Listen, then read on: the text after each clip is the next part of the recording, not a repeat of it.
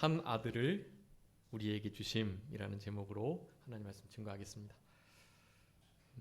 지금 예수님의 초림하신 아기 예수로 탄생하신 성탄절을 기념하고 감사하며, 또 우리 예수님이 이제 곧 다시 오실 것인데 예수님의 재림을 고대하고 준비하는 마음으로 지금 대강절의 기간을 지내고 있습니다. 대강절은 우리 예수님의 강림하심을 기다리는 절기라는 의미인데요, 예수님의 초림은 이미 이루어졌기 때문에 예수님의 재림을 지금 고대하며 살아가는 시대라고 하겠습니다.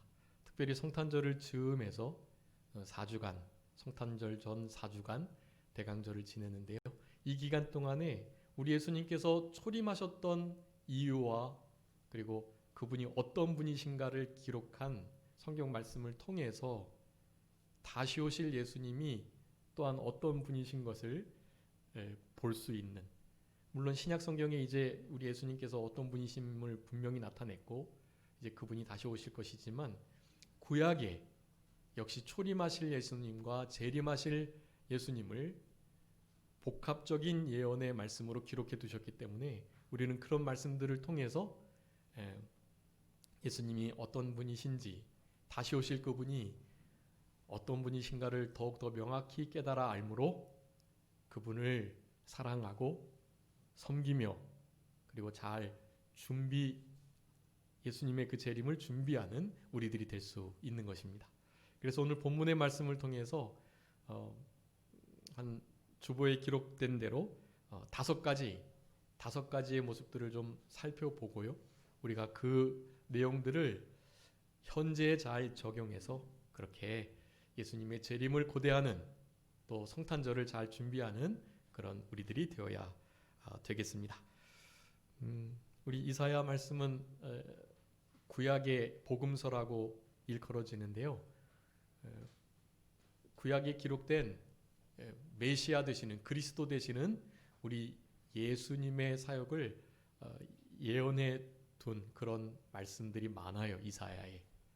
오늘 본문의 말씀도 9장은 이스라엘 백성들이 지금 특별히 바빌론과 아수르 나라에 막 침공을 당하고 포로 잡혀가고 그런 역사들이 있는 그 때인데요, 그런 중에 하나님께서 이스라엘 백성들을 회복시켜 주실 것이다 라는 말씀을 하시면서 그 이스라엘의 회복을 예언함과 동시에 메시아의 역사를 예언하고 있는 거예요.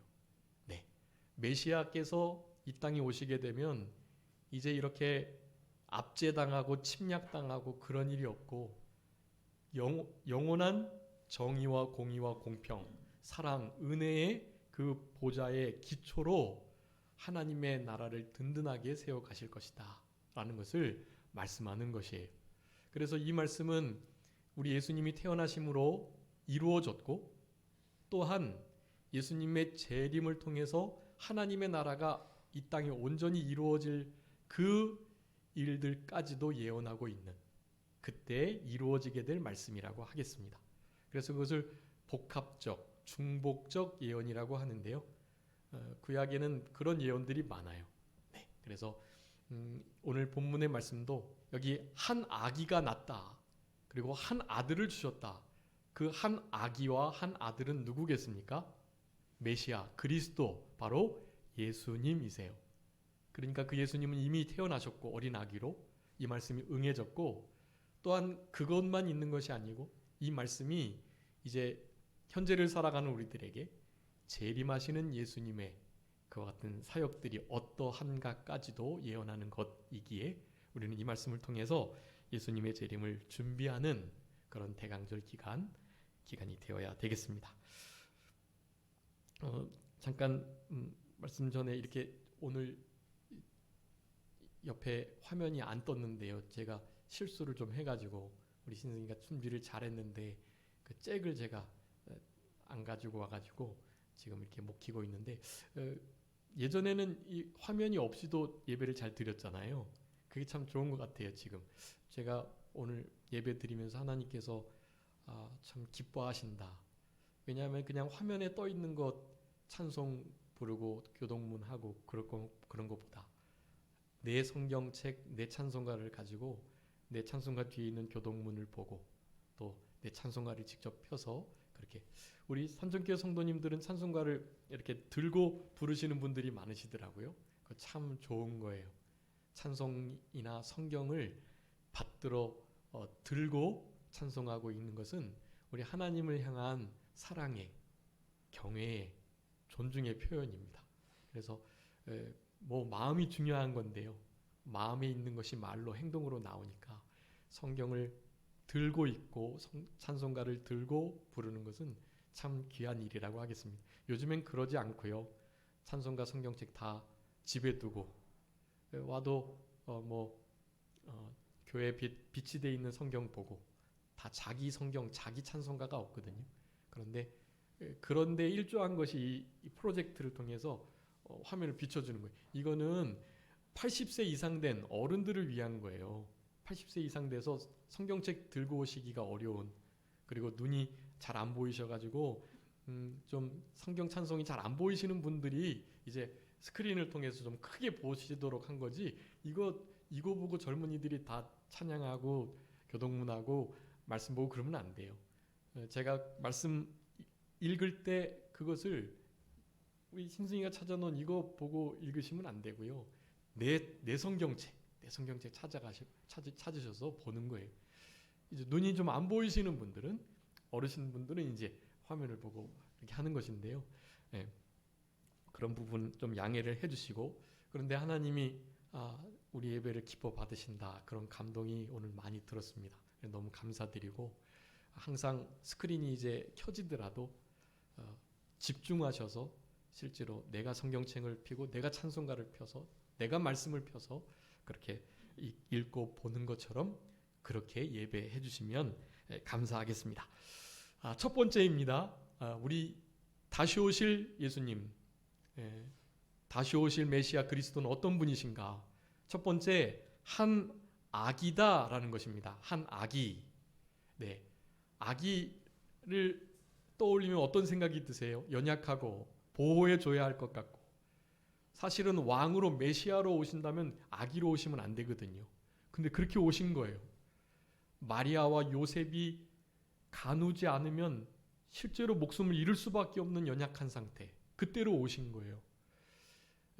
이것이 어떤 의미를 갖냐 하면, 이제 아기와 한 아들과 이 두 가지는 우리 예수님의 메시아 그리스도이시지만 사람이시다라는 것을 강조하는 거예요. 혹자들은 예수님이 십자가에 못 박혀도 안 아프시다고 그래요. 채찍에 맞으셔도 괜찮으시다 예수님은. 왜? 신이시고 하나님의 아들이시니까. 고통 없으시지 뭐. 고통 쫙 없어지도록, 내 고통이 완전히 느끼지 못하도록 내가 내 몸을 딱, 신이시니까요, 만드실 수 있다고 생각하는 거예요. 그렇게 치우치면 안 돼요. 우리 예수님은 하나님이시고 하나님의 아들이시고 참 신성을 가지신 분이시지만 어떤 분이시다? 인성을 가지신 사람이시다라는 거예요. 아주 중요한 거예요. 예수님 돌아가시고 난 다음에 이단들이 많이 나타나는데 크게 두 가지예요. 예수님의 인성을 부인하거나 예수님의 신성을 부인하거나. 그렇게 해서 이단들이 막 갈라져 나온 거예요. 예수님은 진짜 사람이셔서 우리가 당하는 모든 고난과 고통, 고민, 번뇌, 아픔을 다 느끼셨어요. 제가 신학하면서 고민했던 게, 우리 예수님은 하나님이시고 그렇지만 사람이셨으니까 우리의 말씀에도 있고 우리의 고통과 아픔을 채울하지 못하시는 분이 아니다. 대제사장으로 우리의 모든 고통을 다 채울하시고, 아니 우리의 고통 당하는 것보다 훨씬 더 큰 고통을 경험하셨으니까 그럴 수 있겠다 생각이 들긴 했는데, 그런 마음이 들었어요. 그런데 예수님은 영이 죽지 않으셨으니까, 영이 하나님과 단절되는 그것을 경험하지 못하셨으니, 우리의 진짜 고통, 우리 영혼, 우리 존재론적인 그 공허함, 존재론적인 외로움, 존재의 우울, 그런 거는 못 느끼셨을 거다, 그런 생각을 하게 됐거든요. 그런데 그것마저도 해결이 됐어요. 왜냐? 우리 예수님은 참된 신이시고 또한 참된 사람이셨기에 우리 예수님께서 십자가에 죽으셨다라는 것은요, 하나님께서 예수님을 죄인으로 여기시고 하나님의 모든 공의 앞에 예수님을 진짜 외면하신 거예요. 그래서 우리 예수님께서 십자가에서 7마디 하셨는데 그 가운데 가장 중간에 4번째 하셨던 말씀, 그게 뭡니까? L자로 시작하는데요. 네, 엘리 엘리 라마 사박다니. 그건 무슨 뜻이냐면 나의 하나님 어찌하여 나를 버리셨나이까? 라는 거예요. 그것은 무슨 의미냐면 그 순간에는 하나님께서 진짜 우리 예수님을 죄인으로 여기시고 우리가 받아야 할 죄와 저주, 모든 형벌들을 우리 예수님께 쏟아 부으신 거예요. 그래서 그때 실제로 하나님과 예수님의 그 교통이 끊어졌다라고 봅니다. 예. 이게 신학적으로 중요한 건데요. 그런데 문제는 끊어졌으면 그거는 사실은 예수님은 또한 하나님이시기 때문에 끊어질 수가 없는데 끊어졌단 말이에요. 그래서 신학적으로 그렇게 말을 합니다. 끊어지긴 했지만 끊어짐과 동시에 예수님의 그 온전하신 의, 우리 예수님께서 하나님의 뜻을 100% 이 땅에 오셔서 이루셨잖아요. 그래서 100% 이루신 그 의로 예수님께서 다시 하나님과 연결이 되었다라고 보는 거예요. 아주 중요한 겁니다. 그러니 우리 예수님은 실제로 육체적으로도 우리가 당하는 고난 이상의 고난을 당하셨고 영적으로도 하나님과 끊어지는 그 참된 죽음의 고통을 맛보셨다. 우리 예수님은 영육간의 죽음을 맛보셨다라고 해도 무방합니다. 그런 일들을 당하시기 위해서 사람이 되시지 않으면 안 되는 거예요. 사람이 아니신 예수님께 우리 하나님이 진노와 저주를 퍼부을 수가 없어요. 왜냐하면 신이시니까요. 신이시기도 하지만 사람이셔야 죄인 취급하시고 우리가 당해야 할 모든 죄와 형벌 저주를 받으실 수 있는 거예요. 그래서 아기로 이 땅에 오셔야만 하는 것이에요. 아기로. 아기 예수로 이 땅에 탄생하셔서 우리 인간이 밟아야 할 모든 과정들을 다 밟으시고 그리고 구원을 이루셨다라는 사실입니다. 여러분, 한 아기로 우리 예수님께서 이 땅에 오셨다. 여러분, 그러니까 우리도 예수님도 하물며 그런 과정을 거치셨는데 우리는 이 어린 아기와 같은 과정을 우리의 삶 속에서 당연히 거치고 시행착오도 하고 그런 속에서 자라나야 된다는 것을 기억하셔야 되겠습니다. 여러분, 우리가 성숙한 우리들이 볼 때 미숙한 어떤 사람들의 신앙이 아직 어린 초신자들이 하는 행동들이 하나님의 말씀에 맞지 않고 우리 양심에 걸리기도 하고 옳지 않게 느껴지잖아요. 여러분, 그렇지만 그런 것도 받아주셔야 해요. 우리가 그 일을 잘 믿음으로 받아주셔야만 그들이 자라나는 거예요. 아기 예수님도 그렇게 이 땅에 오셨어요. 아기 예수님도 요셉과 마리아가 그렇게 어렸을 때부터 우리 여기 어머니들이 많이 계신데 어머니들 우리 자녀들을 어떻게 키우신 거 기억하시잖아요. 우리 예수님도 그런 똑같은 과정을 거치셨다니까요. 정말 연약하고 진짜 돌봄이 없으면 죽을 수도 있는 그 상태로 우리 예수님께서 이 땅에 오셨다. 여러분, 우리도 그와 같이 어린, 연약한, 그리고 아직 성숙되지 못한 이들을 향해서 그들을 품어주고 무조건적으로 받아주고 내가 조금 더 건강하고 내가 조금 더 신앙의 연조가 오래됐다면 어리고 연약한 그 일을 품어줘야만 하는 것이 하나님께서 우리들에게 그런 것을 바라는 것이 한 아기로 오신 예수님이 그 과정을 지냈듯 우리도 그 과정을 지내야 하는데 육체적으로도 그렇고 영적으로도 그렇고 영적으로도 어린아이와 같은 일을 하는 이들이 많잖아요. 그런 이들을 교회에서 특별히 성숙한 성도님들이 허물을 덮어주고 죄를 가리워주고 용납해주고 받아주고 관용해주고 그래야 되는 거예요. 그렇지 않으면 우리 예수님께서 어린 아기로 오신 이 한 아기를 우리에게 한 아기가 낳고라고 하셨던 이 말씀의 중요한 의미를 놓치게 되는 거예요. 네. 여기 한 아기가 우리에게라고 표현되는데요. 원문에 의하면 우리에게라는 말씀도 되지만 우리를 위하여라고 해석할 수 있는 말씀이에요. 그래서 한 아기가 우리를 위하여 낳다. 사실은 그렇게 태어나실 수 없는 분인데 여러분이 신이 사람의 모습으로 온다는 것은요. 어떤 신학자가 그렇게 표현했는데요. 우리가 개미가 되는 것보다 훨씬 더 어려운 일이다. 여러분 우리가 개미가 됐다고 생각해 보세요. 얼마나 답답하고 얼마나 힘들겠어요. 사실은 상상할 수 없죠. 그런데 그 이상의 차이예요. 우리 하나님께서 제2위 하나님이신 성자 예수님께서 이 땅에 사람의 몸을 입고 어린 아기로 오셨다라는 사실 그 자체는 사실은 불가능한 거예요. 불가능한 거. 그런데 그것을 도성인신, 성육신이라고 표현하는데 성육신은 기적 중에 기적이에요. 신이 사람이 되는 것은 기적과도 같은 일이에요. 아니 이 땅에서 일어나는 뭐 죽은 자가 살아나는 거, 뭐 원숭이가 사람이 되는 거, 개미가 말이 되는 거, 여러분 이런 것보다 훨씬 더 어려운 일이에요.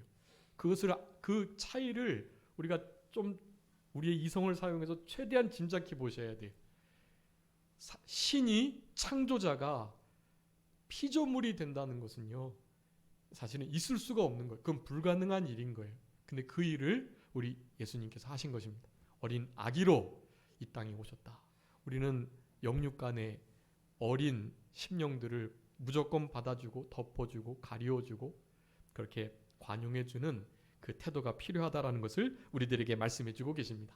대강절을 지내면서 우리 가정 속에 또 직장 생활할 때 학교에서 학원에서 내 친구들 사이에 또 우리가 속해 있는 어떤 공동체 안에서 정말 이렇게 다들 싫어하고 좀 같이 있기를 원하지 않고 그런 사람들 있잖아요.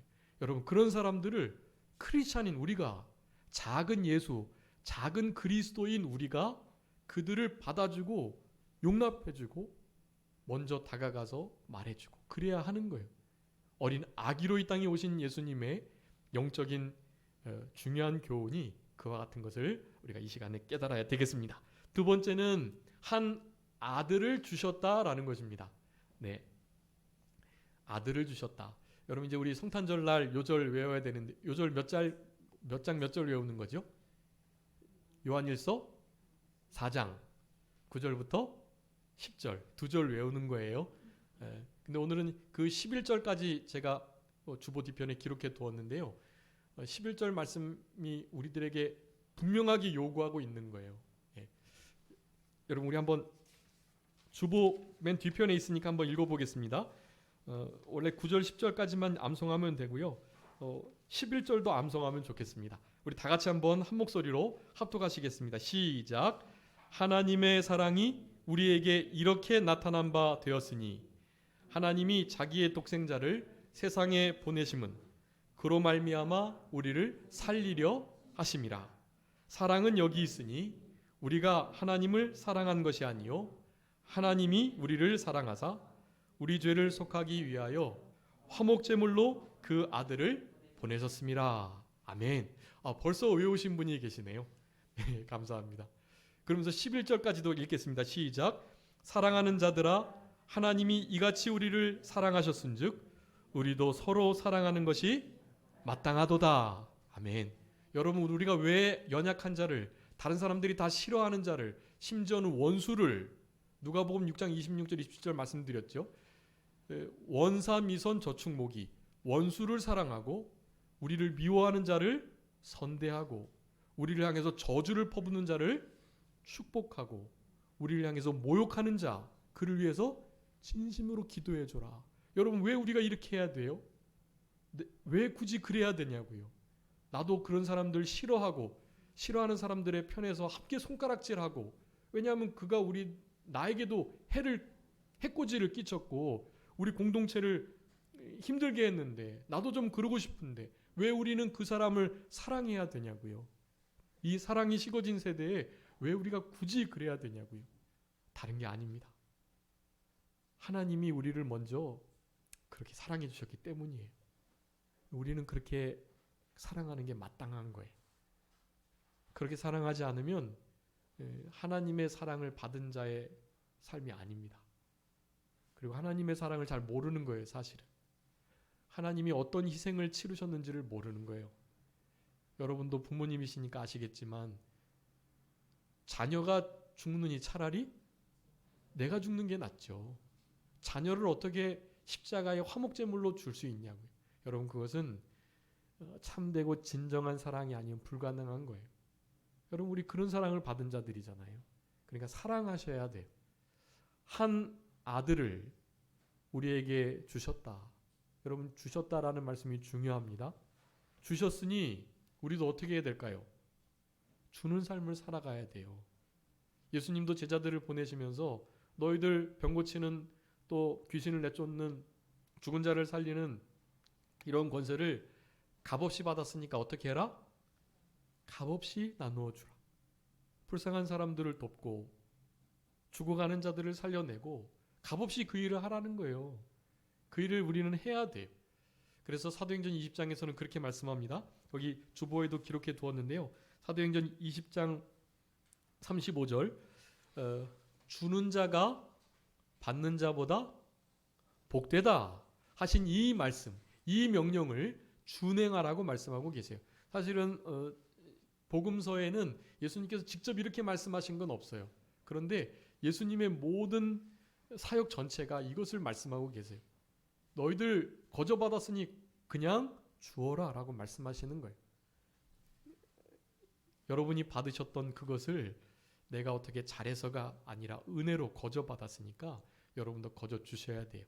사랑 그저 받으셨으니까 그저 사랑해 주셔야 돼요.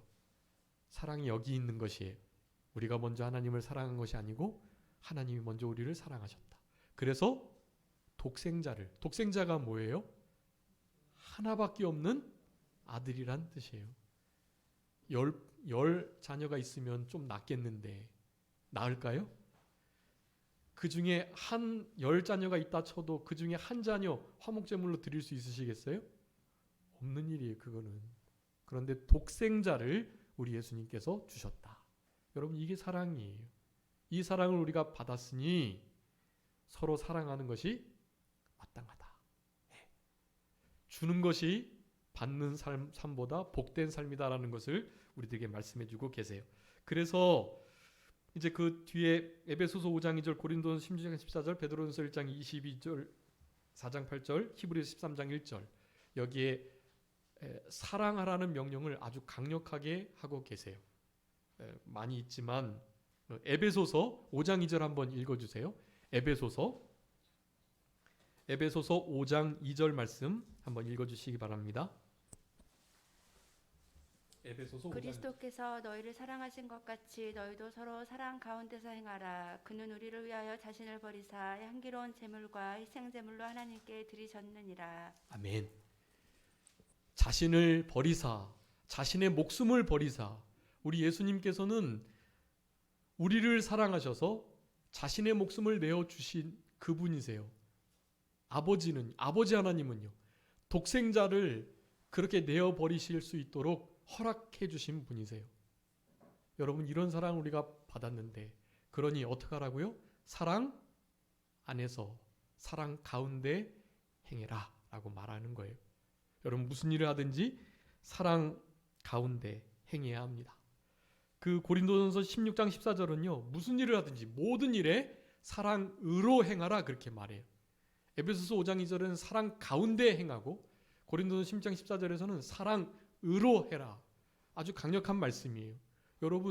여러분이 지금 어떤 일을 하시든지 적어도 크리스찬, 예수님 믿는 사람이라면 어떻게 하라고요?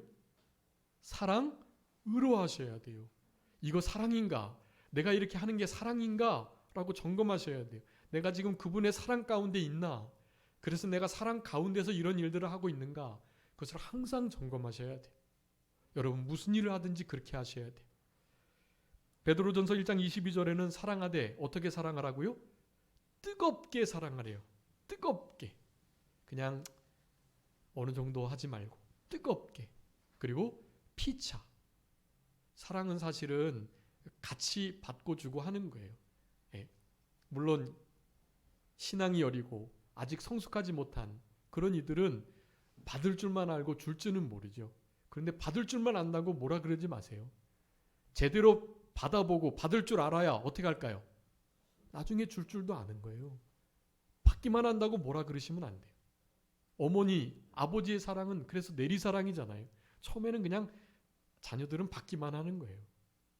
그럴 때 자녀들이 비로소 줄 수 있는 그런 성숙한 그런 하나님의 자녀로 자라나게 되는 것이 뜨겁게 피차 사랑하라 그렇게 말씀하고 계시고 4장 8절에서는 베드로전서 4장 8절에는 뜨겁게 서로 사랑해라. 피차라는 것은 피차와 서로가 약간 뉘앙스가 좀 달라요. 그래서 조금 더 이렇게 가까운 사이에서 혹은 모든 범위 안에서 그런 차이가 좀 있어요. 그러니까 하여간 누구에게나 심지어 누구까지도요. 원수까지도요. 원수를 사랑해야 되는데 우리 믿음의 사람, 믿음의 가족들, 하나님의 권속들, 교회 성도들은 말할 것 없잖아요. 당연히 그래야죠. 뜨겁게 서로 피차 사랑해야 하는 것이 그것을 명령하고 계세요. 히브리서 13장 1절에서는 어떻게 말하고 있죠? 형제 사랑하기를 계속해라. 계속해라고 말씀하는 거예요. 끊이지 말고 지속적으로 계속해라. 여러분 이것이 한 아들을 주신 바 된 그래서 우리가 그 아들을 받은 여러분 우리 예수님께서 누일 자리가 없으셔가지고 어디에 누이셨죠? 말구유에 누이셨어요. 여관이 없었거든요. 그때 당시 다 호적을 하러 다 올라왔기 때문에 여관을 잡을 수가 없었어요. 배는 불러서 반드시 좀 따뜻한 방에 있어야 되는데 그렇지 못했어요. 그래서 허름한 마구간의 말구유에 우리 예수님께서 강보에 쌓여 누이셨습니다.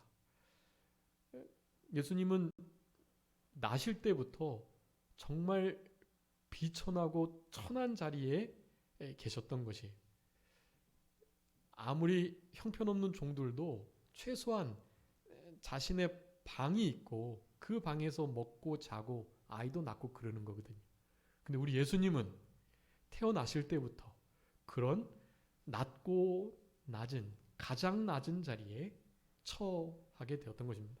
동방 박사들이 예수님을 그리스도 메시아의 별을 보고 그렇게 예루살렘으로 왔는데 별을 한참 잘 따라오다가 끝까지 따라가지 않고 왕이 나셨으니까 왕이 지도자가 나셨으니까 당연히 수도 예루살렘에 있겠지 하면서 별을 따라 베들레헴으로 향하지 않고 예루살렘을 향해 들어간 거예요. 당연히 왕이시니까 왕국에 나겠지. 그래서 왕에게 간 거란 말이에요.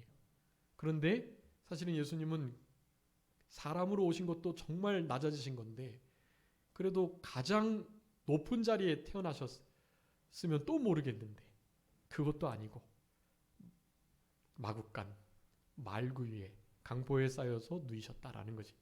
여러분 이런 사랑을 우리가 받은 자 한 아들을 주셨다라는 것은 그런 의미인 거예요. 우리는 그런 무조건적인 사랑을 내리사랑을 받은 자인데 여러분 당연히 주셔야 합니다. 목숨을 버리시면서까지 친구를 위해서 목숨을 버리는 이보다 더 큰 사랑이 없나니 하나님께서는 우리들에게 그런 사랑을 요구하고 계세요. 예수님께서 우리를 친구라 부르셨어요. 그러니까 예수님께서는 나를 위해서 죽으라는 거예요. 내가 너희를 위해서 죽었으니 너희도 나를 위해서 목숨을 걸고 신앙생활하자. 그런 말씀을 하고 계시는 거예요. 여러분 우리가 목숨을 걸면 못할 게 없어요. 목숨을 걸면 사랑하지 못할 사람도 사랑할 수 있어요. 목숨을 내놓으면 피를 흘리면 그러면 진짜 나를 괴롭게 하고 정말 힘들게 하고 나에게 막 모욕을 주고 실제로 해를 끼치고 정말 그런 사람도 어떻게 할 수 있을까요? 사랑할 수 있어요. 피를 흘릴 각오를 하고 주님이 나를 그렇게 사랑해 주셨으니 나도 그렇게 사랑해야지 하는 마음을 갖는다면 여러분 사랑하지 못할 사람이 없고 우리 주님의 그 사랑의 향기가 나타나지 않는 그런 상황이 없다라는 것입니다. 여러분 예수님 재림을 준비하는 초림을 감사하며 기념하는 이 대강절 기간을 맞아서 한 아들을 우리에게 주셨다라는 사실을 기억하고 우리들에게 주시는 바 이 영적인 교훈들을 잘 받고 살아나가셔야 되겠습니다. 세 번째는 그 어깨에 정사를 매셨다라고 말씀합니다. 이 정사는 한자로 쓰면 정치라는 의미의 정치. 우리가 흔히 정치를 좀 안 좋게 여기는데요. 정치가 좋은 거예요. 정치는 다스리다, 일 처리를 제대로 하다 그런 의미예요. 정치가.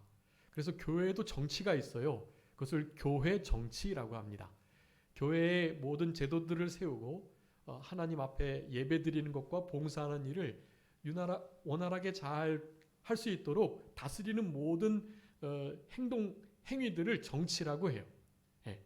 여러분 혹시 요즘에 그런 말씀 들어보셨나요? 교회에서는 정치 얘기하면 안 된다. 그런 얘기 들어보셨나요? 그건 잘못된 얘기예요. 교회에서 정치 얘기를 하는 게 잘못된 게 아니라 세상 정치가 교회에 왈가왈부할 수 없도록 한 게 그게 맞는 거예요. 여러분 정교 분리가 정치와 교회가 분리가 된다는 의미가요? 그런 거예요. 교회에서 왜 정치 얘기하지 마. 그런 의미가 아니고요. 세상의 정치는 교회의 어떠한 것도 이렇게 간섭할 수 없다라는 것이 그거예요. 근데 그것이 와전돼 버린 거예요. 와전. 일제시대 때. 그리고 종교개혁 전 시대에 그렇게 돼버린 거예요. 그리고 종교개혁 전에는 심지어 교회의 수장이 정치 지도자들을 세우고 정치 지도자들을 폐하는 일이 있었단 말이에요. 그런 것이 잘못된 일이에요. 사실은. 교회도 정치도 잘 분리되어 있어야만 해요. 그런데 교회에서 정치 얘기하지 마라가 정교 분리의 원리가 아니라는 사실을 아셔야 돼요. 여러분 교회에서는요 정치 얘기 해야 될까요? 안 해야 될까요? 해야 돼요. 어느 지도자가 바르냐? 바른다는 것은 무슨 지도자, 목사의 개인적인 정치적 소견이나 이념을 말하라는 게 아니에요. 정치적으로 좌냐 우냐 뭐 어떤 정치 지도자들을 존경하느냐 그렇지 않느냐 이런 것을 말하는 게 아니에요. 그 사람이 좌든 우든 정책을 세우고 법을 발의하는데 특별히 국회에서나 행정부나 법을 다루는 이들이요. 그런 이들이 말씀으로 하고 있느냐 그렇지 않느냐를 교회에서는 제대로 잘 가르쳐 줘야 해요.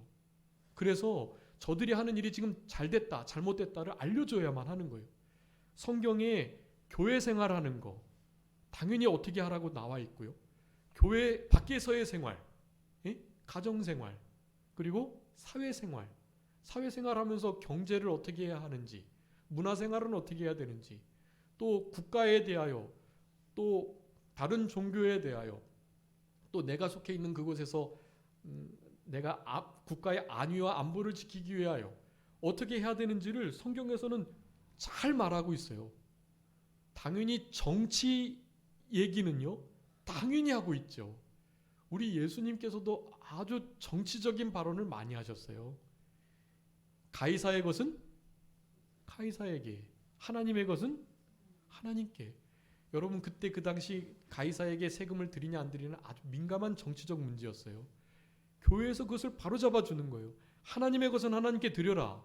가이사의 것은 가이사에게 드려야 할 것은 가이사에게 드려라 라고 성경을 기준으로 하나님의 말씀과 성령의 감동을 기준으로 무엇이 옳고 그른가를 정치적인, 경제적인, 문화적인, 군사적인, 교육적인 모든 분야에 하나님의 말씀에 입각한 옳고 그름을 교회에서는 말해야 하는 거예요.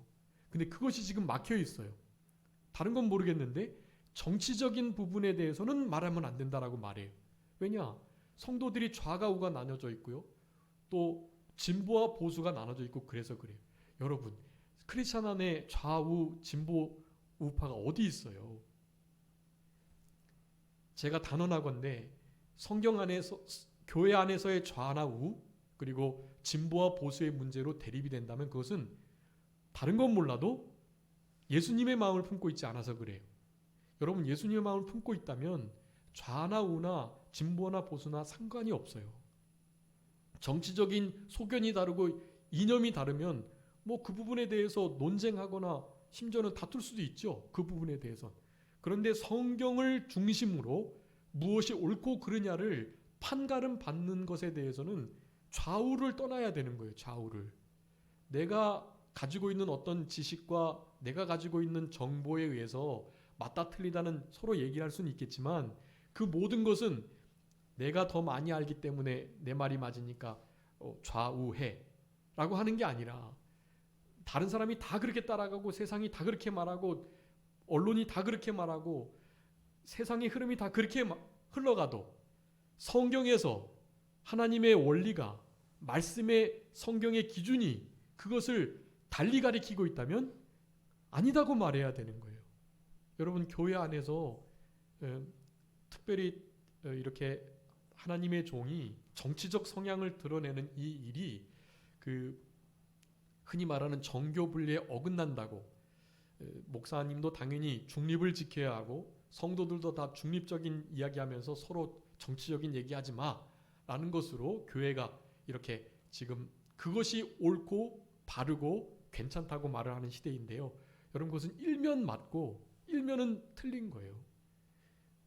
보통 일에 대해서는 당연히 그렇게 좋은 게 좋은 것이고 또 서로의 의견을 이견이지만 존중하면서 그냥 싸우지 않고 하나 되어 나가는 게 중요해요. 그렇지만 어떤 분야의 어떤 일에 옳고 그름, 시비의 문제가 있을 때는 그것은 성경을 기준으로 분명하게 가름해야 해요.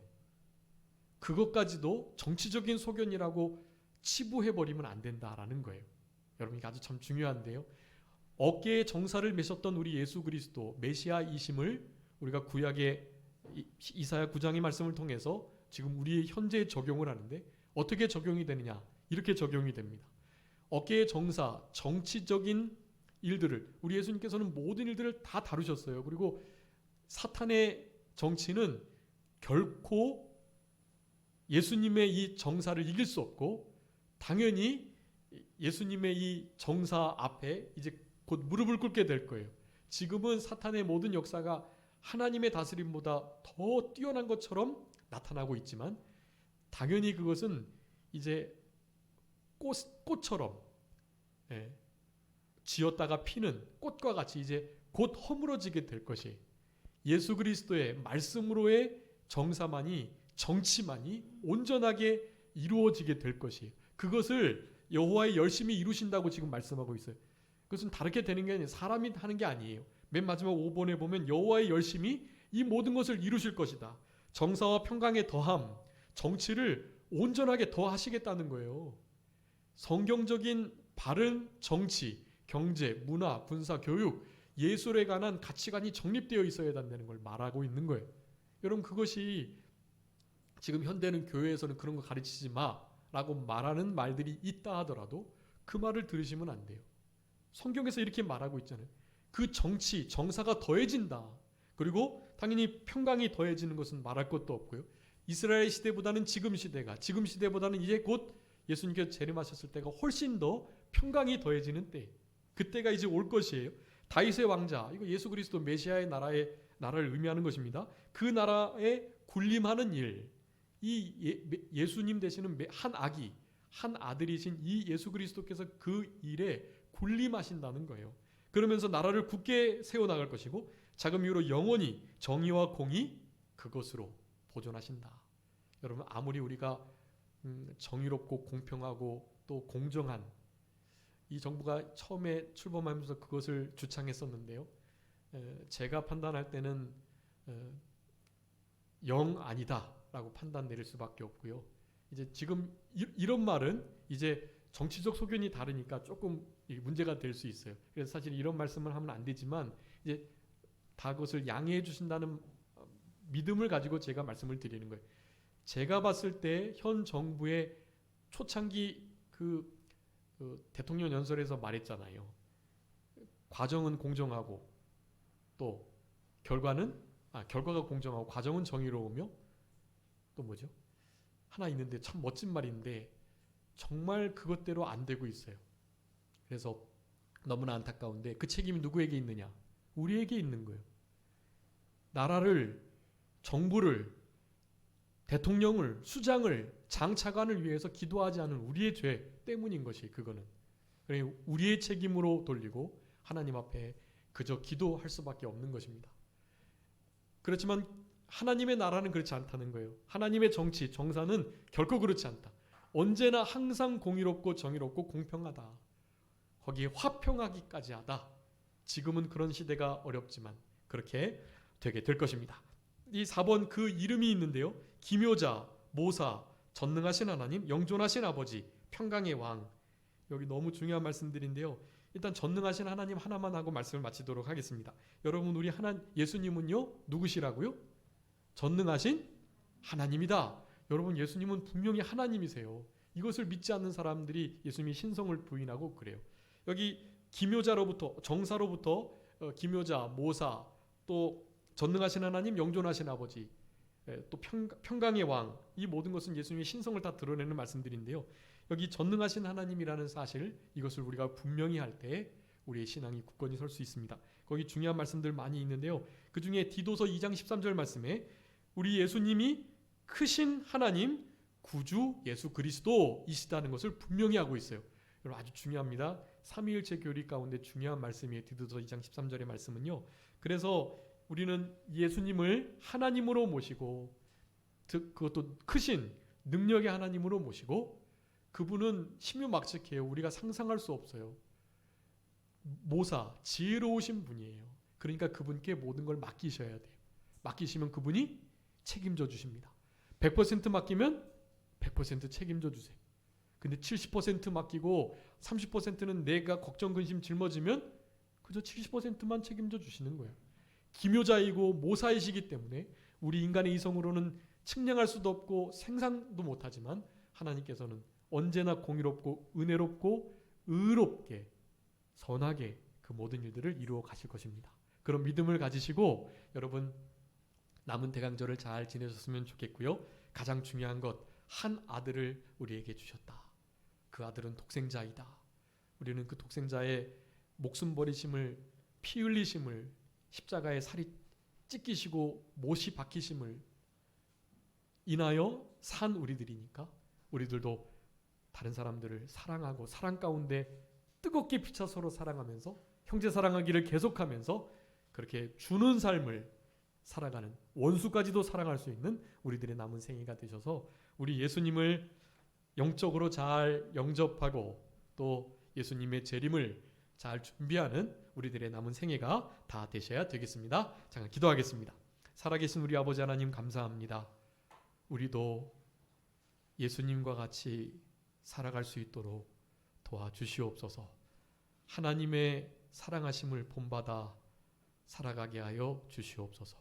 받은 바 사랑이 너무나 커서 알 수 없는데 그 사랑의 길이와 깊이와 넓이와 높이를 깨닫게 하시고 그 사랑에 감사하고 감격해서 우리 주님만을 사랑하며 주님을 섬기며 살아가는 우리들이 되게 하여 주옵소서. 우리들을 힘들게 하고 해를 끼치고 우리들을 모욕하고 우리들을 늘 악하게 대하고 원수와 같이 대하는 저들도 우리 주님이 주신 이 사랑으로 사랑하게 도와주시옵소서. 사랑할 수 없사오니 성령으로 말미암아 하나님의 사랑이 우리 마음 가운데 부어질 때 사랑할 수 있겠사오니 무슨 일을 하든지 사랑으로 행하나가는, 사랑 가운데 행하는 우리 모두가 되게 해주시기를 간절히 바라옵고 우리 선정교회도 서로가 서로를 받아주고 용납하는 사랑이 있는 그런 복된 교회가 되게 하여 주옵소서. 모든 것 주님께 맡기옵고 살아계신 예수 그리스도의 이름으로 기도 올리옵나이다. 아멘.